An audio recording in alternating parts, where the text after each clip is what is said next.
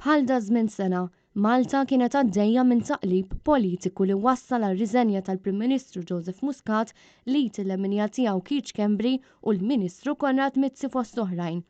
Illum sena wara ħafna għadhom qed jistaqsu meta verament se nibdew indawru l-paġna, partikolarment fejn tidħol is-salvna ta' dritt u l-governanza tajba.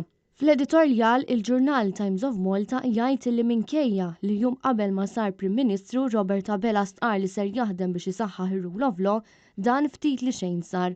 Skont dan il-kummentarju Robert Abela sissa naqas milli jinjetta sustanza li hija essenzjali biex terġa' tinkiseb ir-reputazzjoni internazzjonali.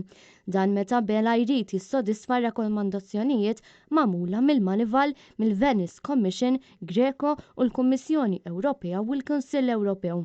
Biex dan isir għad irridu naraw konsultazzjonijiet serji u sinifikanti kif ukoll li sseħħ ġustizzja vera. It-Times tajt li jekk kif qed noqorbu lejn sena ġdida, issa Abela jrid jibda juri azzjoni u mhux biss paroli.